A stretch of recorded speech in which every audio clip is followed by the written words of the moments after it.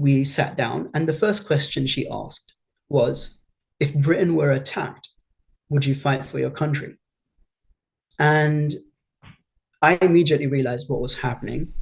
And I gave a very manipulative, kind of snaky answer, which was, well, if I were in danger, I would protect myself and my family. In essence, what I meant was, no, I wouldn't. I would only protect myself. And I basically said, I don't want to do this again. During your entire childhood, this radicalization process that went on from, as you've outlined, when you were 6 years old to when you were 21 years old, was there ever a moment, Sohail, where any aspect of the British state, be it the Prevent program, be it a teacher, be it a government official, be it a council worker, was there ever a moment when someone tried to help you, when there was any sense that people had worked out what was going on? I'm sure I know for a fact that my teachers knew I was extreme. Um, in fact, one of the teachers, she was a part-time magistrate, and she said to me one day, come early in school, I'd like to talk to you. So I went there half an hour early, and we sat down, and the first question she asked was, if Britain were attacked, would you fight for your country?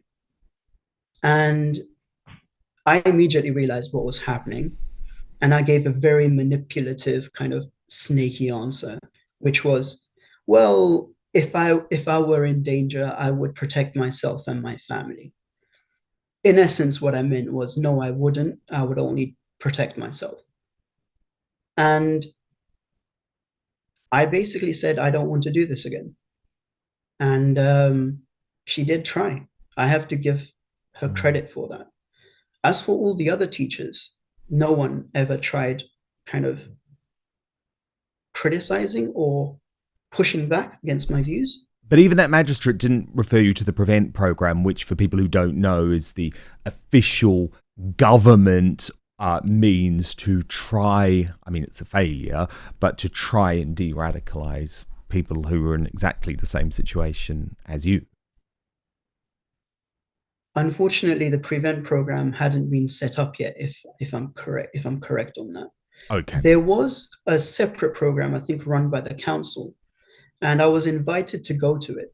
And Who were I you went invited along to it. by? I think someone in school, I think it was the deputy head teacher or something, and it was entirely optional. And I only went along in order to throw, in order to get to throw the scent off so that I could do whatever I wanted without people realizing. Got it. And it made no impact. No, Okay. because that's how full on the indoctrination had been. And of course, we have seen terror attackers in the UK who have literally gone through the Prevent program, being able to pull the wool over the eyes of officials, and then have still gone on to commit terror attacks. So even Prevent is certainly no ticket out of this. So I guess you have to make the decision yourself, which you did.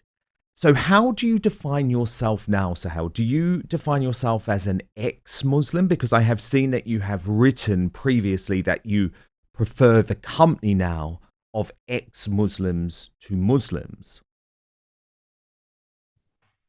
So that's a good question. Initially, I did become an ex-Muslim. So after becoming a progressive, de-radicalized Muslim, I kind of slowly just went like left Islam. Um, but then I kind of started going back. I started seeing myself not as an ex-Muslim, but as a cultural Muslim. And I think it was actually a month or a few weeks ago that I formally converted back to Islam. Of course, a form of Islam that is very different, very absolutely different from the one I was raised with. And so, but yes, I do prefer the company of ex-Muslims to Muslims, unfortunately, But because you many but you Muslims, still define as Muslim today? yes, I'm a believing Muslim. Yeah. But at the same time, I do prefer the company of ex-Muslims because many Muslims hold ideas that are anathema to me. And you think it's possible to be Muslim and gay? Absolutely, yes. I think the most important thing that you do now, Sohail, and actually, while I wanted people to hear your story because they need to know the context of quite how serious your radicalization was, what the most important thing that you do today and where people need to hear you is that you believe you have a particular sixth sense in being able to spot Islamists, to be able to work out who was just like you and who are those vulnerable people who may have been radicalized and may now be planning attacks on the UK. So can you just talk through what you think people need to know? Or can you just spot them because you were one? It's I someone did suggest I write a guide on how to spot Mm, an extremist Muslim and Islamist. It's going to be a difficult undertaking because for me it's almost like a sixth sense. It's because I grew up, I was surrounded by Islamists my whole life. So just like how in social groups certain behaviors kind of spread and people copy each other, whether it be kind of phrases that they use or behaviorisms, I pick up on those. And because I understand the theology, I can kind of extrapolate from other things they say and then say, oh, okay, he probably believes in this too. And then I can get it confirmed by asking further questions. And I've noticed that many people in the counter extremism and even counterterrorism space are not entirely aware of whom they are dealing with. And I've seen it whereby and Islam, I've found out that someone's an Islamist. I could just immediately tell, but they were kind of in a position of influence, and everyone looked up to them, and that's utterly terrifying. And I think that there is a role for former Islamists to play in at least kind of threat detection or threat analysis, because we grew up, we were surrounded by this entire society, this social group. Therefore, we can kind of smell another Islamist a mm. mile away. And one thing that you do advise, which was really interesting to me, is that if you think that you have a family member or a friend or someone who has been radicalized, who is going over to extreme Islam, you say, bring them closer to you. Don't walk away. Absolutely. Time and time again, from when you look at the Prevent program and you look at all the studies, it shows that when people become radicalized, whether it be far right, whether it be far left, or if it be Islamist, people naturally and understandably kind of distance themselves from that person, right? And that makes sense. But unfortunately, when mainstream society distances themselves from them and they become isolated from mainstream society, they're further driven into the arms of the radicalizers, of the recruiters. And because everyone has the inherent social need to be part of something bigger than themselves, to be part of a group, to be accepted, they'll go for whatever group that they have access to, and that will be the extremist group. So this applies including to people that are kind of becoming far right. And I mean like proper like neo-Nazi type and racial purity, that sort of thing. And I've seen it with the far right, whereby they kind of say something that is maybe politically incorrect, but not problematic in and of itself. But then people abandon them. And then they just kind of go into this downward spiral where they kind of become further radicalized and further radicalized. When in fact, that radicalization wouldn't have taken place if they hadn't been abandoned in the first place. Isn't one of the big issues, and because I'm glad you've raised the far right, the concept of it, and you are very clear. I've looked into what you have to say about this. As you say, you think the term has been overused, as do I.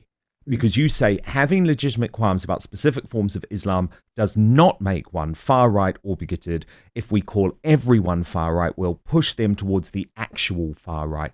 And don't you think that's been happening a lot in the wake of the Southport massacre, where folk who simply have wanted to raise issues about extreme Islam, about mass immigration, about the invasion of our southern border are termed far right. And as soon as you give someone a description like that, as you say, you're effectively trying to shut us out of society, aren't you? Absolutely, I agree with that. And what I would say is this: we need to just talk.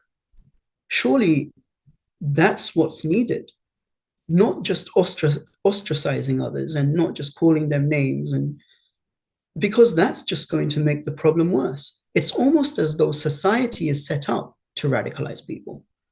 And I Mm, think that's deeply problematic and deeply unjust. totally.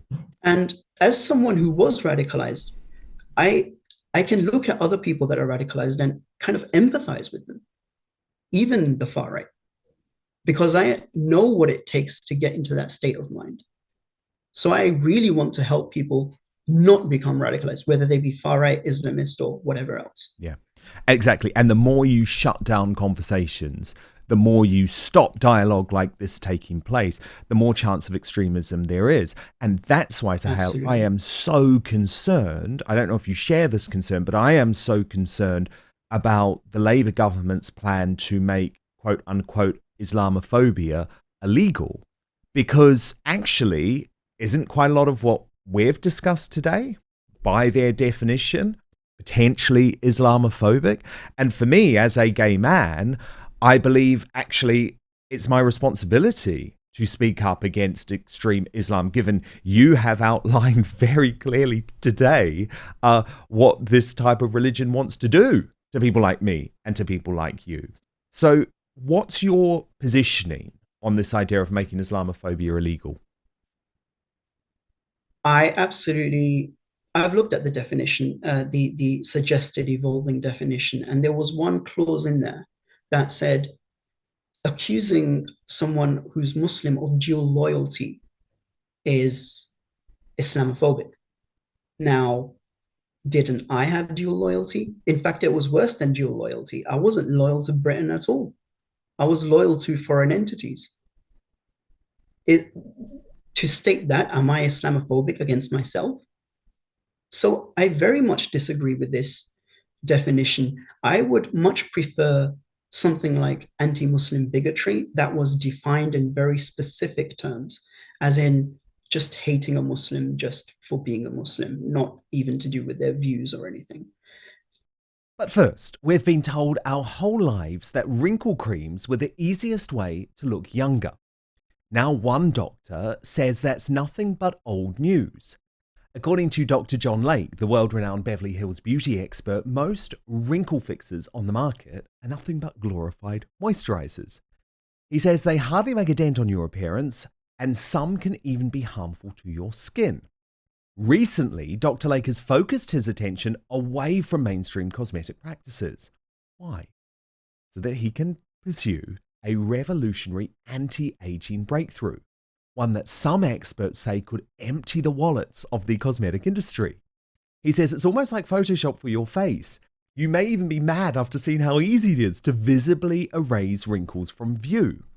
His personal clients have dubbed his new do-it-yourself technique the age rewinder method because it can take years or even decades off your appearance in under 2 minutes. So in light of this amazing breakthrough, Dr. Lake has released a step-by-step video to the public, free and uninterrupted, where he outlines exactly how to use this simple solution from home. If this helps even one person look younger or feel more confident, I'll be thrilled knowing I helped, Dr. Lake told reporters. The video has since gone viral. At first, it was shared by users on Facebook, but since then, it's racked up over 2.3 million views and counting. So far, the comments and feedback have been outstanding, with thousands of women reporting they look decades younger. One viewer even commented, best results of anything I've used. I can't believe how well this works. I'll never stop using this. I don't understand how it works, but the results are great. Thank you. So you can find out more about this yourself right now. Go to bhmd1.com/outspoken, or you can just click on the link in the description box below. Let me repeat, bhmd1.com/outspoken. Now, there is one thing Dr. Lake asks from his viewers. If watching this video helps you look and feel younger than you have in years, then please share this video with your friends and loved ones. Together, we have the power to help as many women reclaim a youthful look as possible. So go watch the video at bhmd1.com/outspoken right now, or just click on the link in the description box below. But now, back to the show. I think that it makes sense. Now, I'm just going to be blunt with you. Traditionalist Islam was developed in the medieval era. And unfortunately, the majority of Muslims do officially follow that version. In practice, they might differ on that, but officially they do. And I have a very big problem with this medieval traditionalist Islam. I think it's very backwards. I think it's very toxic. I think it's very exclusionary. Is that Islamophobic? To criticize a portion of Islam, a form of Islam that is traditionalism? Well, indeed. I'm a progressive Muslim myself. No, it shouldn't be. Exactly. You are a Muslim. It shouldn't be. But I share the concerns that you hold about the definition. And again, all this is going to do, I believe, is drive extremism, which is why it's so concerning. And I think the other issue that we have to discuss on that front, Sohail, is two-tier justice. Because it's a real thing, in my view. So let me give you the example of Muhammad Hassan, who is the Muslim man who berated 3 women, Asian women, at a petrol station, said that they were dressed as prostitutes because they were not in traditional Asian dress and they were wearing makeup. He then punched and pushed 2 of them and slammed the other woman's head into a car. Now, Muhammad Hassan avoided prison. He received a £500 fine.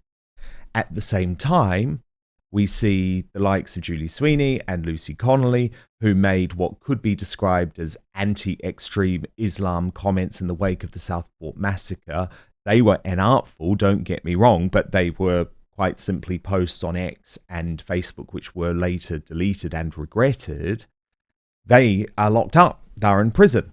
Likewise, you've got Baroness Wolsey of the Conservative Party believing that it's appropriate for people to use the racist term coconut to describe right-wing Asian people. So it really does feel like we're entering into an era of two-tier justice.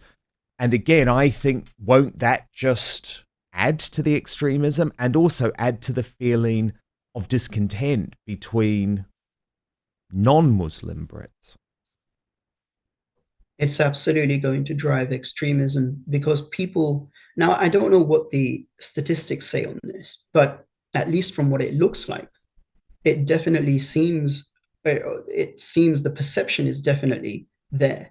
It looks like there's one set of rules for quote unquote brown people and who are of a Muslim persuasion, and then another against white people.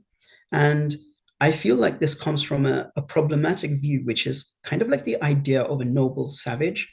It's almost like they're saying, see, you brown people, you don't know any better.